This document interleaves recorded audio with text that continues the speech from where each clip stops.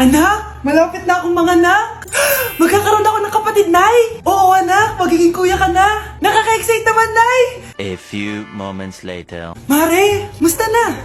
Uy, Mare, buntis ka din pala? Oo, Mare, malapit na nga akong manganak eh. Sabay pala tayo manganganak, Mare. Siguradong mas maganda anak ko kesa sa kanya. Di ka sure, mas maganda anak ko, magmamana ba naman sa akin? Sakit na dyan ko. Manganganak ka na? Darling, tulungan mo ako. Anong mangyayari, darling? Manganganak na ako, darling. Manganganak ka na? O sige, ikaw ka muna doon. Sakit na dyan ko. Manganganak na din ata ako. Manganganak ka din? Oo. Hinga kayo ng malalim ha, tapos ire. Sige, malapit na. Di ko na kaya. Darling, eto na anak natin. Ang ganda ng anak ko. Ang ganda-ganda mo, anak. Ba't magkamukha anak namin? Ha? Ikaw ba tatay nun? Darling, I can explain. Mare. Walang ya kayo. Darling! Mare! Magsama kayo. Wow! Anak, di ako makapaniwalang may pinapatayo na tayong bahay. Nay, deserve natin to. Ang tagal niyo din to pinaghirapan. Ma'am, saan ko po ilalagay itong mga semento? Doon na lang sa gilid, kuya. Sige po, ma'am. Excited na ako matapos tong bahay natin, anak. Saan dito? Hoy, wag ka pupunta dyan. Grabe nangyari sa kanya. Naman siya. Ba't ang daming tao? Engineer, anong meron? Ma'am, yung isa sa mga trabahador namin, na kuryente tapos natabunan ng semento. Ayun, namatay. Ha? Paano nangyari yun? May nag-utos ata sa kanya na ilagay yung semento sa gilid. Madami live wire dun eh. Ay.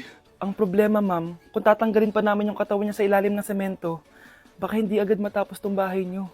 Hindi pwedeng hindi matapos agad tong bahay na to. Di bale, babayaran ko na lang yung pamilya nung namatay. Nay, sigurado ka ba? Sige po, ma'am. Sige na, ituloy nyo na yan. Congrats po, ma'am. Natapos din yung bahay nyo. Ang ganda, di ba? Wow, ang ganda. Maraming salamat, engineer. Una na po ako, ma'am. Anak, tara, pasok na tayo. Wow, ang ganda ng loob.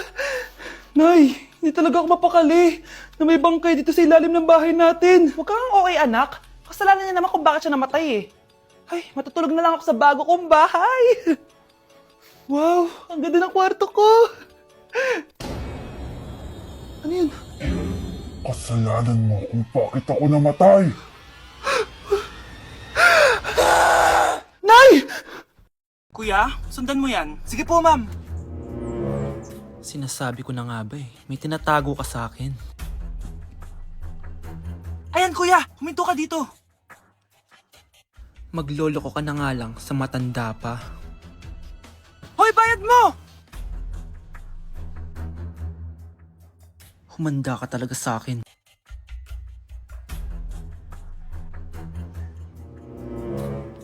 Ang sweet niyo naman, may paregalo ka pa ha? Ano yun? Scarlett? Anong ginagawa mo dito? Manloloko ka!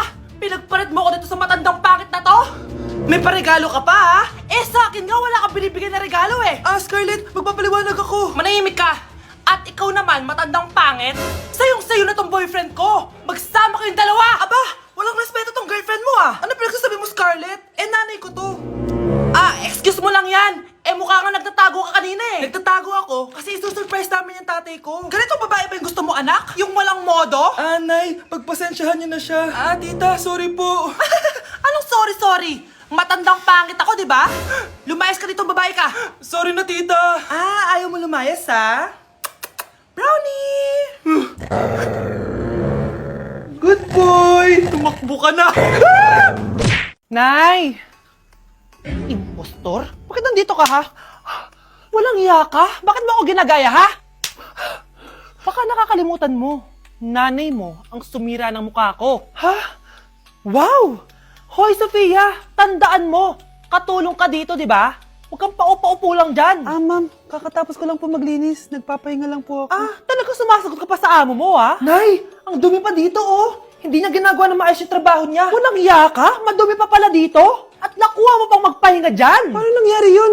Ma'am, nilinis ko na po yan. Maniwala po kayo. O, eto.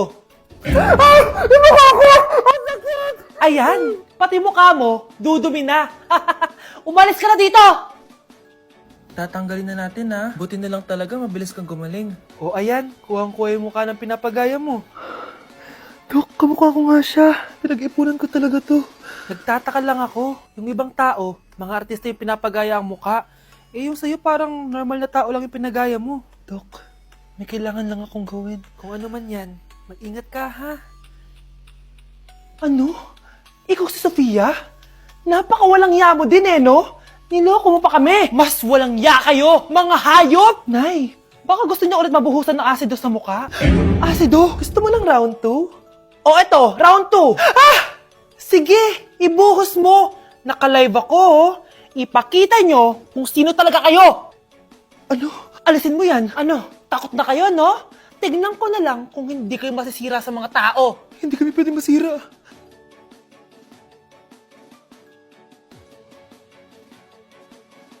Anak, kunin mo yung cellphone ko sa kwarto. May tumatawag ata. Sige po, Nay. Sabi cellphone ni nanay. Anak, bilisan mo naman. Ay, salamat naman. Nakatae din. Scarlett, ba't nandyan ka? Eh, di ba pinukuha ko sa phone ko? Pinagsasabi mo, Nay. Kanina pa ako dito sa loob. Nay, ito na po cellphone niyo. Sino yan, Nay? Bakit kamukha ko? Teka lang. Bakit dalawa kayong Scarlett? Nananaginip pa ako? Nay, ako yung totoong Scarlett. Ha? Sinungaling! Ako to, Nay. Ang totoong Scarlett. Sandali nga! Hindi na ako tutuwa sa inyong dalawa, ha? Isa lang ang solusyon dito. Magtatanong ako at kung sino ang makasagot ng tama, siya ang totoong Scarlett. Unang tanong, saan ako may balat? Balat? Nay! Sa puwet! Nay! Sa kifi. Tama! Kifi. Ha? Totoo ba, Nay? O, diba, alam ko. Susunod na tanong. Ano ang timbang ko? Mukha kang 100 kilos, Nay. 75 kilos? Tama! 75 kilos! Yes! Huling tanong. Ano ang birthday ko? Birthday? Mahina pa naman ako sa ganyan. April 14, 1977? April 15, 1977. Tama! Ikaw nga ang totoong Scarlett! At ikaw, dahil talo ka, lumayas ka na dito, impostor! Ay! Sino ba kasing Scarlett na yun? Bakit kamukha ko siya? Anak, kilalang kilala mo talaga ako, no? Siyempre naman, Nay. Anak mo ko eh. Worth it lahat ng pagpaparetoke ko dahil sinira mo ang mukha ko noon. Ngayong napaniwala na kita, gaganti na ako sa'yo. Kapag pinirmahan mo to, akin na lahat ng mga kayamanan mo. Oh, pirmahan mo na. Tita, wala naman ako field trip ah. Hindi pa ba sinasabi ng teacher niyo na may field trip kayo? Anak, okay lang. Pipirmahan ko na to para makasali ka sa field trip niyo. Walang iya ka talaga, Rosa. Wala ka talagang titira sa akin, ha? Manda ka talaga sa akin. Mabilis ka talagang utuin, Susan. Salamat, Mare. Ramon, napapirma ko na siya. Atin na ang bahay, pera at mga ari-arian niya. Magaling ka talaga, Rosa. Kaso kailangan na natin kumilos na mabilis. Kasi sabi ng doktor, nagre-recover na yung mata niya. Ano? Kaya bukas na bukas din, papalayasin na natin sila. Total, nakuha na natin ang gusto natin. Nay, bakit mo pinirmahan yun, ha? Maliban natin kung ano nilalaman ng papel na yun. Huwag kang mag-alala, anak. Malapit nang matapos ang maliligayang araw ng tatay mo at ng kabit niya. Tita, bakit may dala kang maleta? Aba, syempre. Lilipat na ako dito sa bago kong bahay. Ano? Tay, ano ibig sabihin nito, ha? Nakalagay dito sa papel na pinirmahan ng nanay mo na amin na tong bahay, mga sasakyan niya at ang mga pera niya. Napakahayop nyo! Bakit ang ingay? Ano nangyayari? Nay, kinuha na nila lahat sa atin! Ayan, magsama kayo mag-ina. Ngayong nasa amin na ang lahat, pwede na kayong lumayas. Ramon, magse-celebrate tayo, ha? Ang galing nyo din, no? Ha? Nakakakita ka? Bago kayo mag-celebrate, i-check nyo muna kung pirma ko ba talaga yung nakalagay dyan. Hindi pwede to! Tay! Attorney! Kita mo naman kung anong ginawa na tong dalawang to, di ba? At nandito na rin ang ebidensya na magpapatunay na naghaharutan sila sa loob ng bahay ko. Anong gagawin nyo sa amin, ha? Mahal, huwag mo naman gawin sa amin to, please, oh. Magbabago ako, please. Oh, hey! Sorry kung natatapakan kayo pagka-love team nyo, ha? Arestuhin nyo na yung mga yan. Mag-celebrate kayo sa kulungan. Kayong dalawa, sumama na kayo sa akin sa presinto.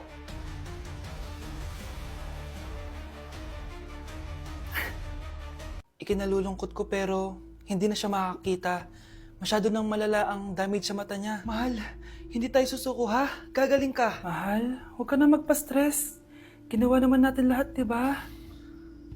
Mahal, magpahinga ka muna dito ha. Maluto lang ako ng pagkain. Hi, Ramon. Rosa, bakit nandito ka? Balita ko, wala nang pag-asang makakita yung asawa mo.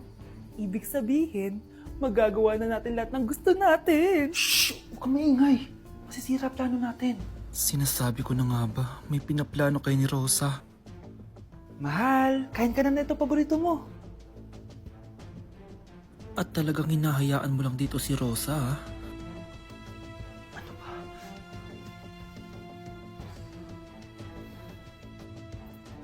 Walang iya kayo? Sa harap ko pa talaga at sa sarili kong bahay? Tay, nabalitaan ko yung nangyari kay nanay. Ipagdasal na lang natin na gumaling pa rin siya, anak. May CCTV dito sa bahay. Kailangan kong makuha yung mga files na yun. Nay? Nay? Nakakakita ka? Anak, please. Huwag mo muna sasabihin kahit kanino na nakakakita na ako. Nay, akala ko ba bulag ka na? Matagal na akong gumaling, anak. Hindi ko lang masabi kasi may masamang kutubo ko dyan sa tatay mo. Sir, good news! Base sa recent lab test ng asawa niyo, nagre-recover yung mata niya. Ano? Ba't parang hindi kayo masaya, sir? Uy, Mare, may field trip kasi yung anak mo. Kailangan ng pirma ng parents. Rosa, sumagot ka. Kapag pinirmahan mo to, akin na lahat ng mga kayamanan mo. Oh, pirmahan mo na. Tita, wala naman ako field trip ah.